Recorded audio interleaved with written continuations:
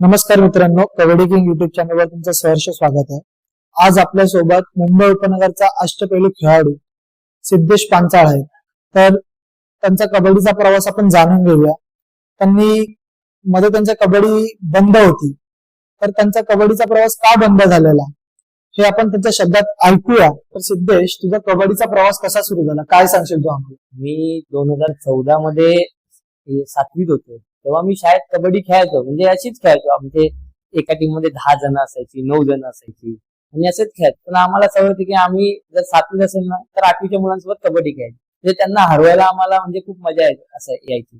आम्ही असंच कबड्डी खेळायचो. मग हळूहळू थोडं आम्ही कबड्डी बघून खेळून थोडं शिकलो. म्हणजे बाबा 7 जण असतात टीम मध्ये. मग आपल्या शाळेतनं टीम जाते, पावसाळी कबड्डी होते DSOची. तशी आम्ही प्रॅक्टिस करायचो शाळेत. मग हळूहळू प्रॅक्टिस करून आम्ही ते जाधव सर मग आमची टीम टाकायला लागली DSOच्या टीम मध्ये.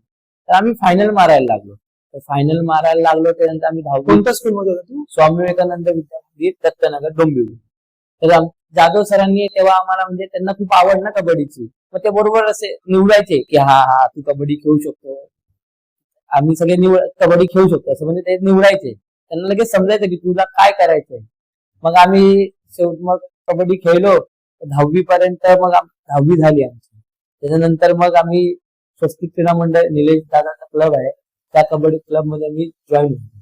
मग कबड्डीची सुरुवात आम्ही त्या क्लब पासून सुरुवात केली खरी. म्हणजे उपनगर जिल्ह्याचं सिलेक्शन असू दे, मग तेव्हा आम्हाला काय लागलं. मग मी अरकम शेख, अक्षय बर्डे, अलंकार पाटील असे आम्ही 4-5 जण आम्ही स्वस्तिक क्रीडा मंडळात जॉईन झालो. तेव्हापासून तुमची कबड्डी प्रॉपर खेळायची सुरुवात झाली.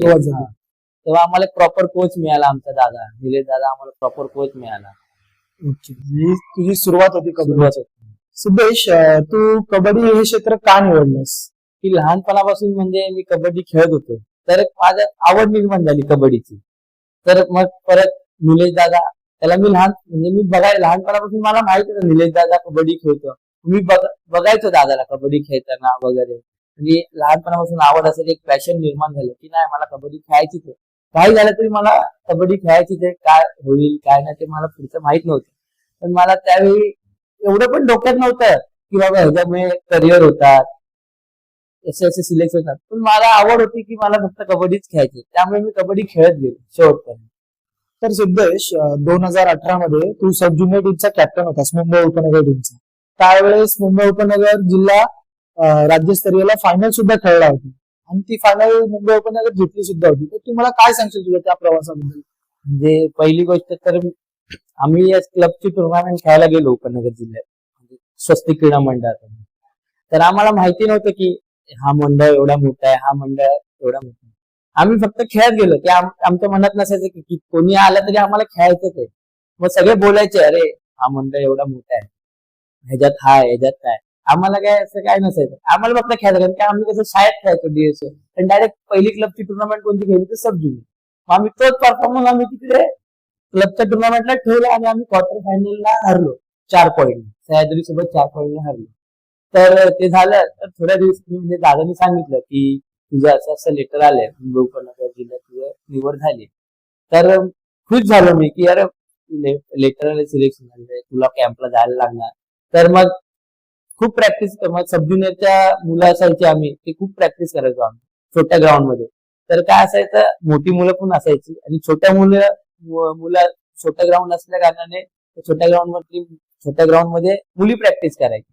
तर मी ते सब ज्युनियर मध्ये असताना कॅम्प चालू असायचा, पण मला प्रॅक्टिस छोट्या ग्राउंडची राहिली पाहिजे म्हणून मला आता मुलींमध्ये प्रॅक्टिस करायला लावायची. सब ज्युनियरच ग्राउंड होतं पण मुलींमध्ये रेड मारायला लावायची.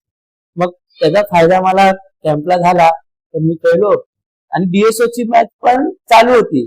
DSOची टुर्नामेंट होती तेव्हा मी 11वी-12वीत होतो प्रगती कॉलेजमध्ये आणि DSOची पण टुर्नामेंट होती. तर मी ती टुर्नामेंट अटेम्प्ट करावं मी कॅम्पला जायचो. तर असंच एक दिवस झालं, म्हणजे मी कॅम्प दिला सकाळी, उठलो सकाळी आणि इथे मला परत कल्याण डोंबिवलीला DSOला यायचं होतं. फायनल मॅच होती प्रगती कॉलेज, यायचं होतं. तर मी सकाळी फक्त उठलो आणि ग्रुपवर मेसेज पडलेला दिसला की सिद्धेश पांचाळ मुंबई उपनगर जिल्ह्याचा कर्णधार. म्हणजे ती फिलिंगच खूप म्हणजे खूप म्हणजे आतून मला भरून आलं होतं. आणि त्याच्या सकाळी जसा तो मेसेज वाचला की तुझं कर्णधारपदी निवड झाले, त्याचा फायदा मला लगेच संध्याकाळी DSO होती तिकडे मी जोरात खेळलो. तिथे प्रगती आमचा कॉलेज फायनलला एका पॉईंटने हरला, त्याचं थोडस मला वाईट वाटलं. पण ती खुशी म्हणजे खूपच म्हणजे सांगू शकत नाही. असं होतं की माझं लाईफचं पहिलं सिलेक्शन माझं मुंबई उपनगर जिल्ह्यात, ते पण कर्णधार म्हणून झालं. म्हणजे निलेश दादामुळे म्हणजे ती गोष्ट शक्य झाली पहिली. त्याच्यानंतर तुम्ही मुंबई उपनगर जिल्हा आणि राज्यस्तरीयला फायनल सुद्धा मारली. तर त्यावेळेस काय सांगतो तुम्ही? त्यावेळी तर म्हणजे आम्ही जायचो तेव्हा मुंबई उपनगर जिल्हा म्हणजे असायचो आम्ही असे सगळे पोरं. सब ज्युनियरच्या टीम मध्ये कोण कोण होतं? मी होतो, भरत कनबुटकर होता, परत संघर्ष क्रीडा मंडळामधला एक मुलगा होता तो सोळंकी करून, अंबिका मधला शुभम दिडवांग नव्हता, तो शुभम नावाचा एक मुलगा होता, तो असे आम्ही होतो खूप जण. तर आम्ही गेलो तिकडे, पण बाकीची पुण्या बिण्याची मुलं बघून आम्ही म्हणजे थोडस हे वाटलं आम्हाला, भीती. अरे आम्ही एवढे छोटी पोरं आणि हे असे दुप्पाड वगैरे टाकून तर कसं खेळायचं. पण आम्ही विचार केला होता की आपल्याला आज काय पण करून जिंकायचंय. तर जिंकायचंय आम्ही असं खेळत करत करत करत गेलो. आमची क्वार्टर फायनलची मॅच नाशिक सोबत लागली आणि आम्ही लास्टची रेड आणि 5ची लीड नाशिककडे होती. आता बोललं तर काय, त्यांची 3ची कव्हर होती.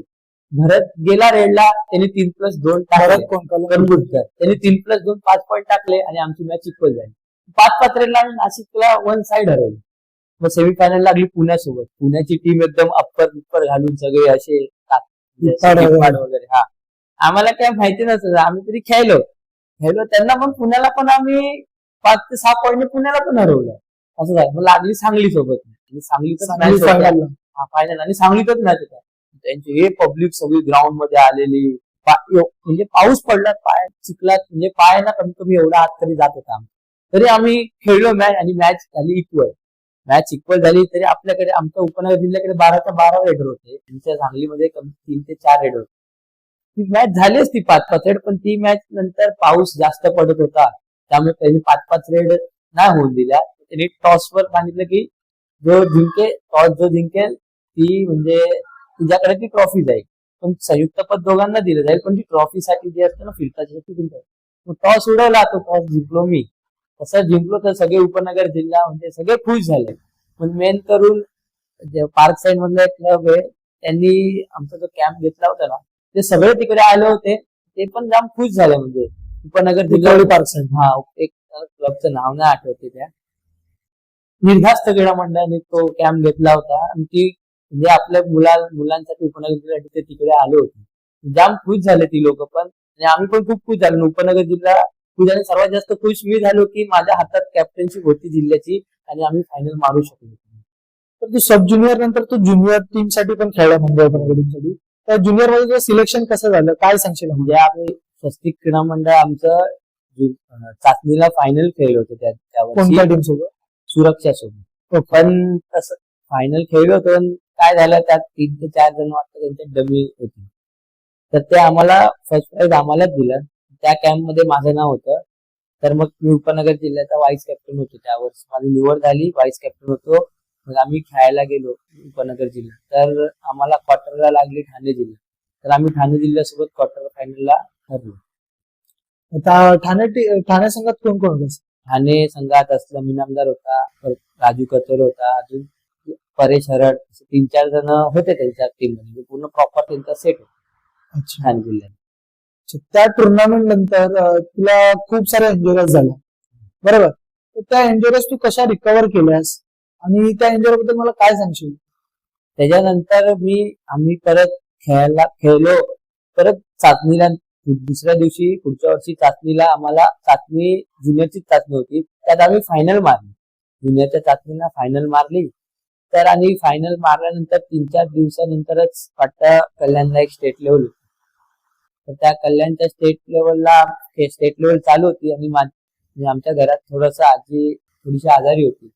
तर आजीने माझ्या समोरच म्हणजे त्या दिवशी जीव सोडला. म्हणजे मी बघितलं, म्हणजे थोडस मला वाईट वाटलं. आणि दुसऱ्या दिवशी आमची मॅच होती, जी पूर्ण रात्र वगैरे आमची ह्याच्यात गेली.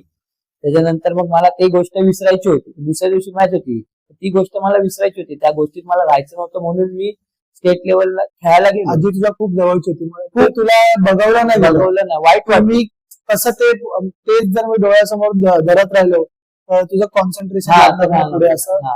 म्हणून ते मग मॅच खेळायला गेलो. घरचे बोलले की नको जाऊ, आजचे दिवस थांब, पण मला आहे ना ते मनात ठेवायचं नव्हतं की मला पुढे, म्हणजे तुला असं म्हणत होतं की आजी अजून आहेच. हा मला खेळायचं होतं, मला टुर्नामेंट मध्ये मला जायचं होतं काय पण करून. त्या मी खेळलो त्या टुर्नामेंट मध्ये, सतेज सोबत मॅच होती.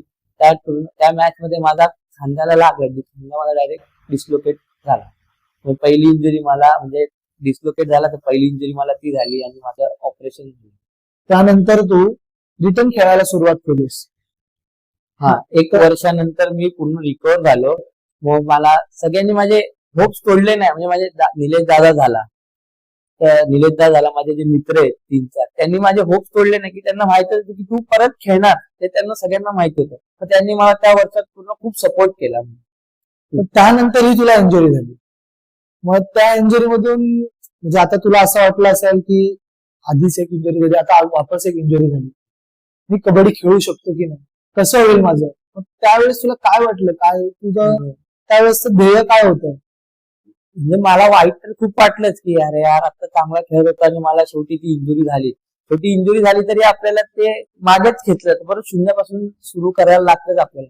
मग काय करायचं, म्हणजे माझ्या आई पप्पांना पण पहिलं, शेवटी आपले आई वडील आहेत, त्यांना वाटणारच की आपल्या मुलाला ते त्रास कधीच बघणार नाही.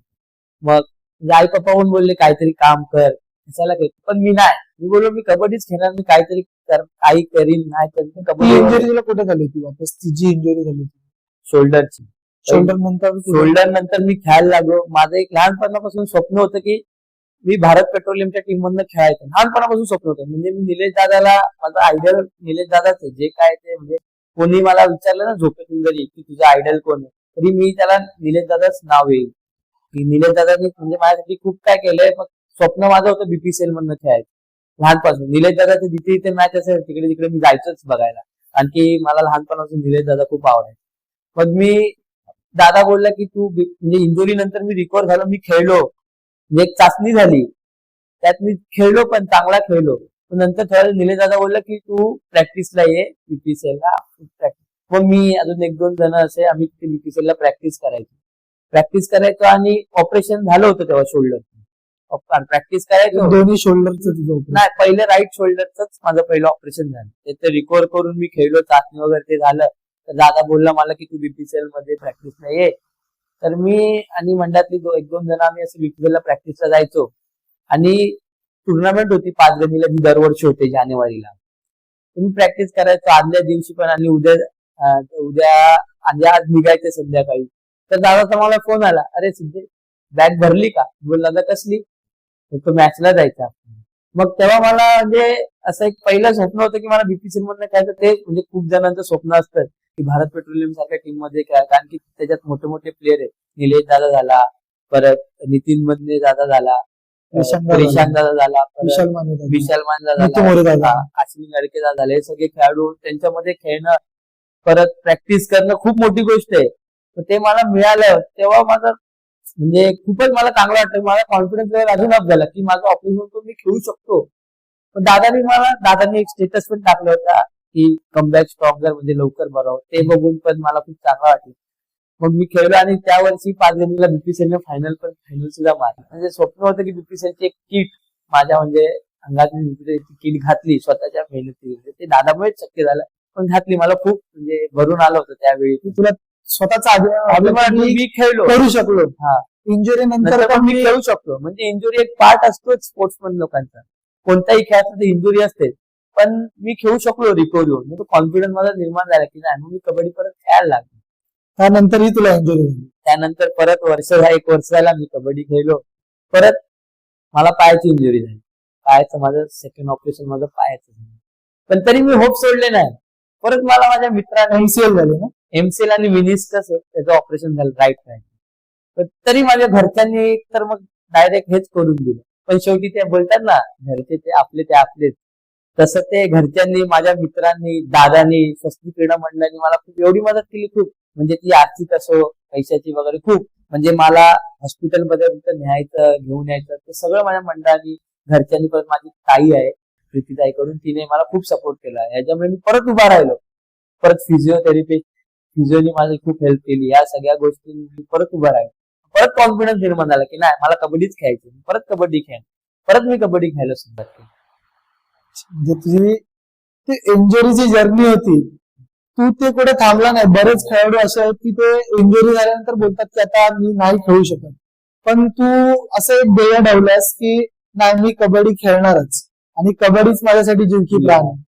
तरी मला म्हणजे ती कबड्डी माझ्या मनात राहावी म्हणून मी काय करायचो, मंडळासोबत मी प्रत्येक मॅचला जायचो.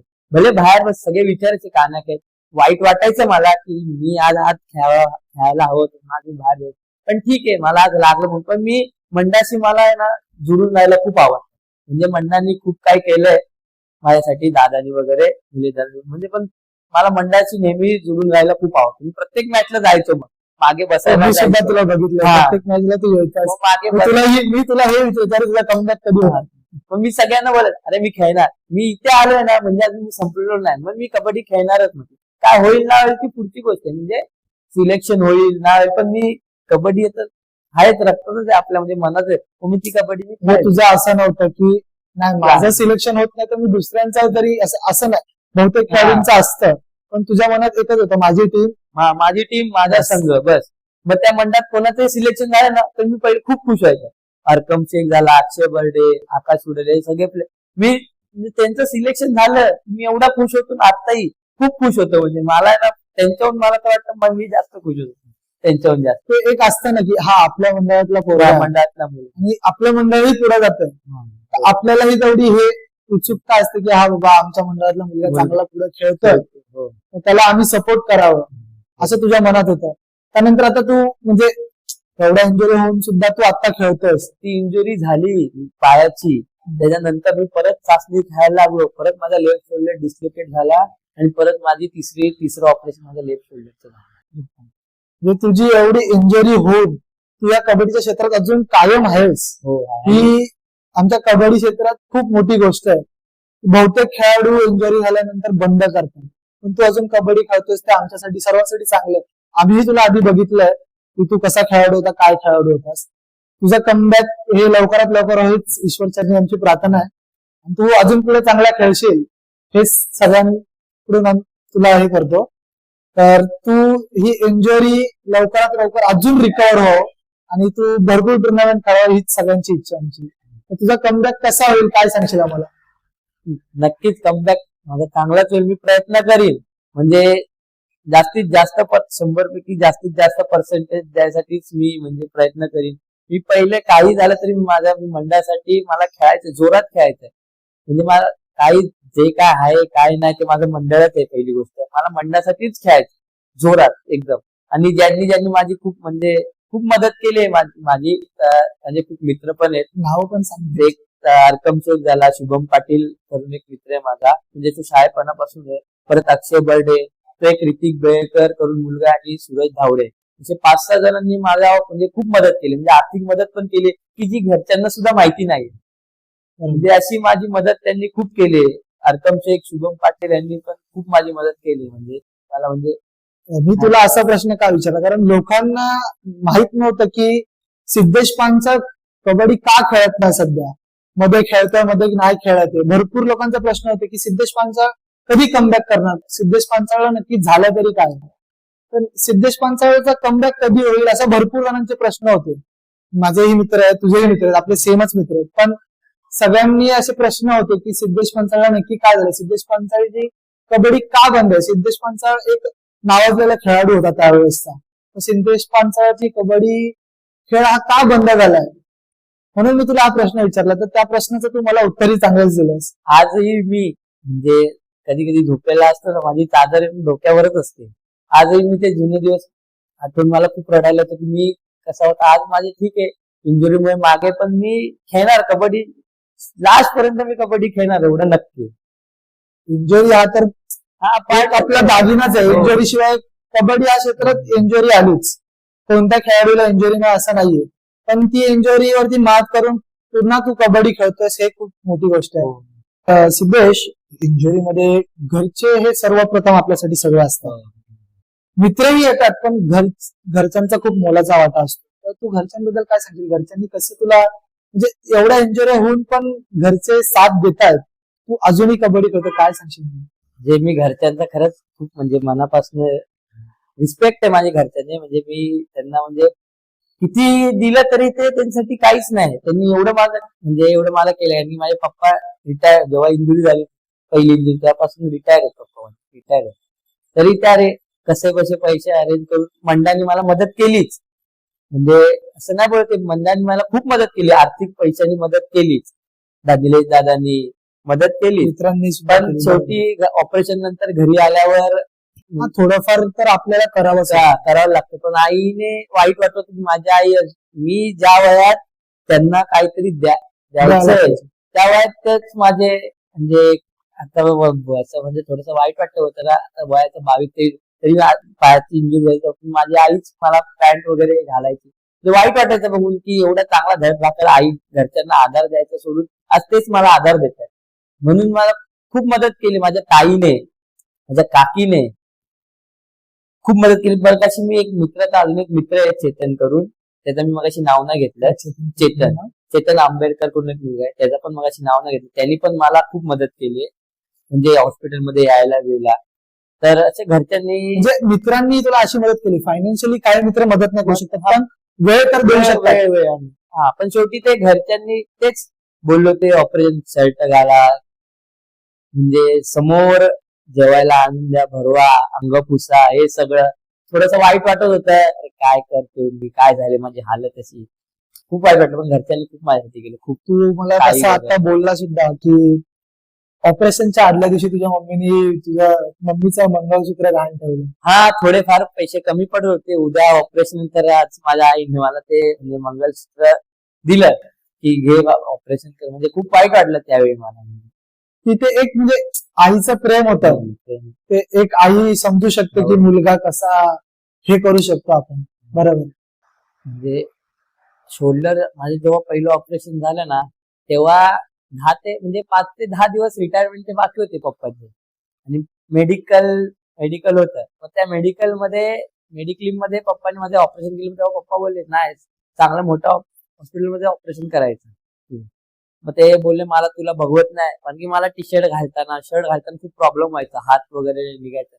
मग त्यावेळी डायरेक्ट निलेश दादांनी आम्हाला त्या हॉस्पिटलचं सांगितलं की तू इथे कर, त्या मॅडम ओळखीच्या आहेत MRI मध्ये, ते आपल्या इथेच राहतात, शिंदे आडनाव आहे त्यांचं, माझ्या ओळखीचे. तेव्हा दादानीच मग दिला नंबर वगैरे, कॉन्टॅक्ट केला, आणि जसलोक हॉस्पिटलला ऑपरेशन मी तिकडे केलं. तेव्हा पप्पांनी मग मला बोलले तू कर ऑपरेशन, म्हणजे चांगल्या ह्याच्यात कर, आता करायचंच ना, चांगल्या ह्याच्यात कर. म्हणजे ते मेडिक्लेम बाकी होतं 5 ते 10 दिवसच म्हणजे. आणि त्या होत्यात पटकन ऑपरेशन करून टाकलं माझ्या शोल्डर.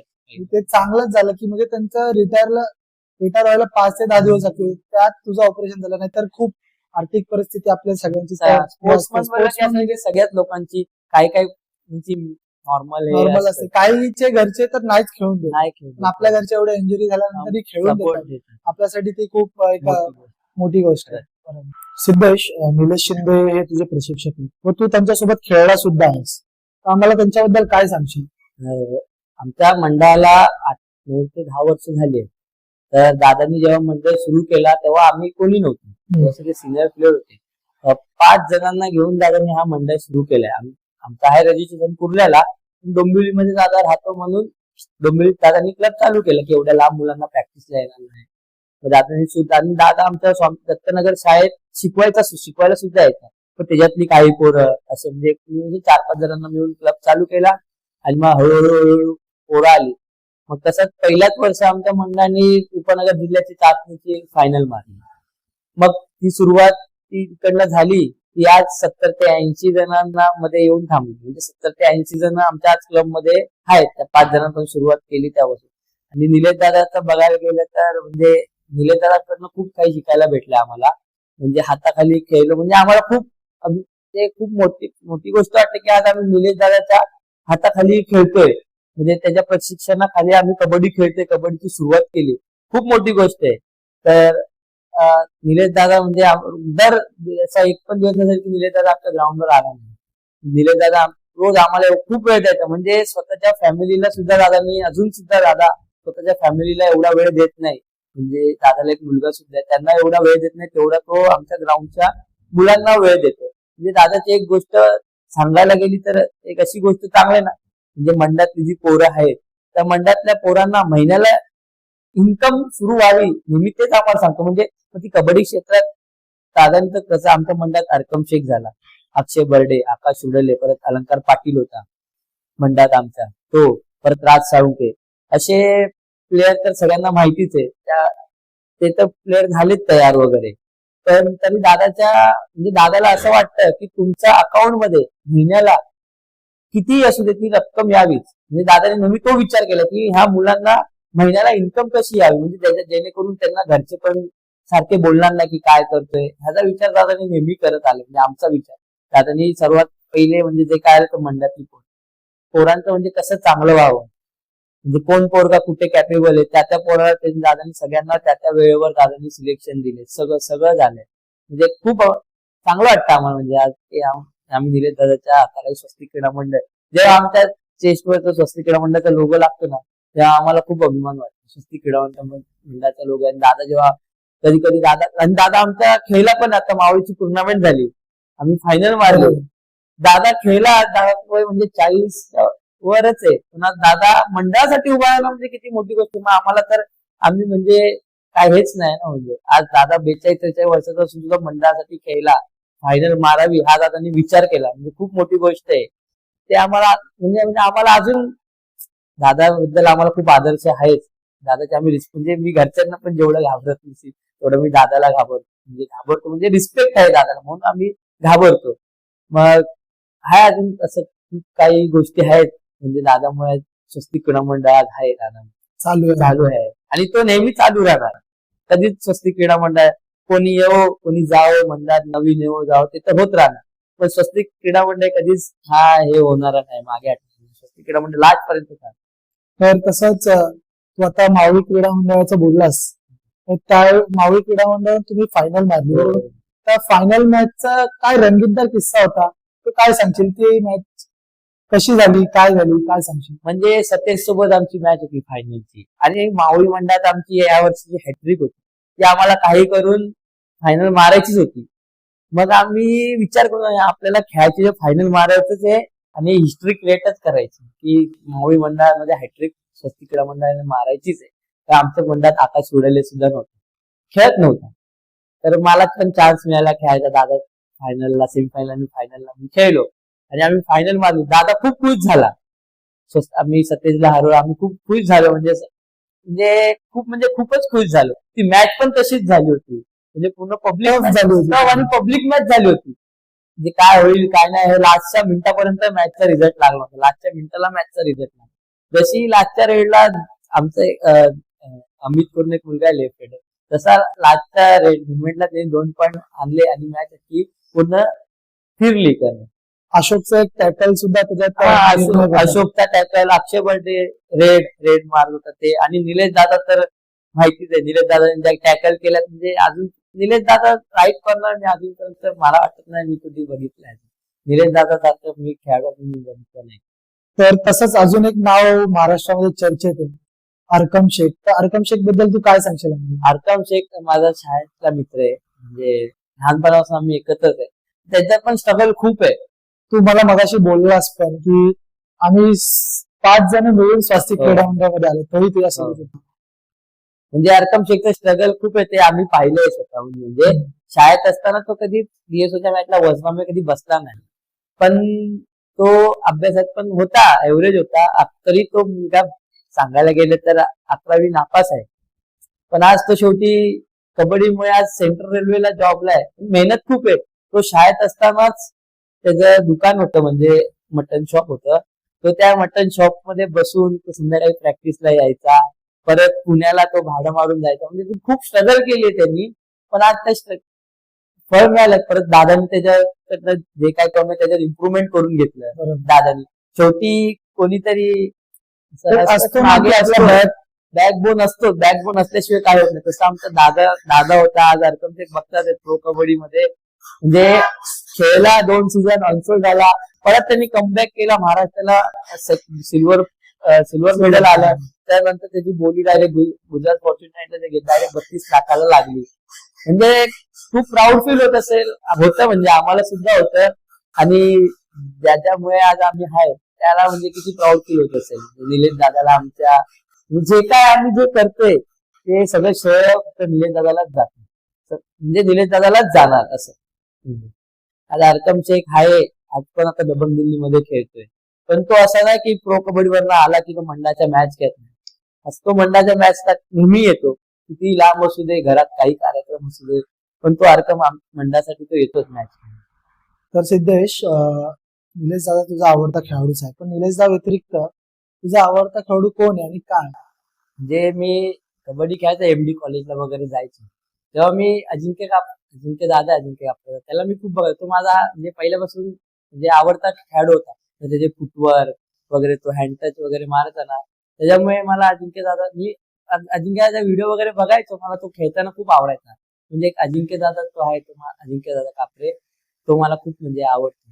आताही सुद्धा आवडतो तो. एक त्याचा मी खेळ बघत आलो लहानपणापासून त्याचा एक.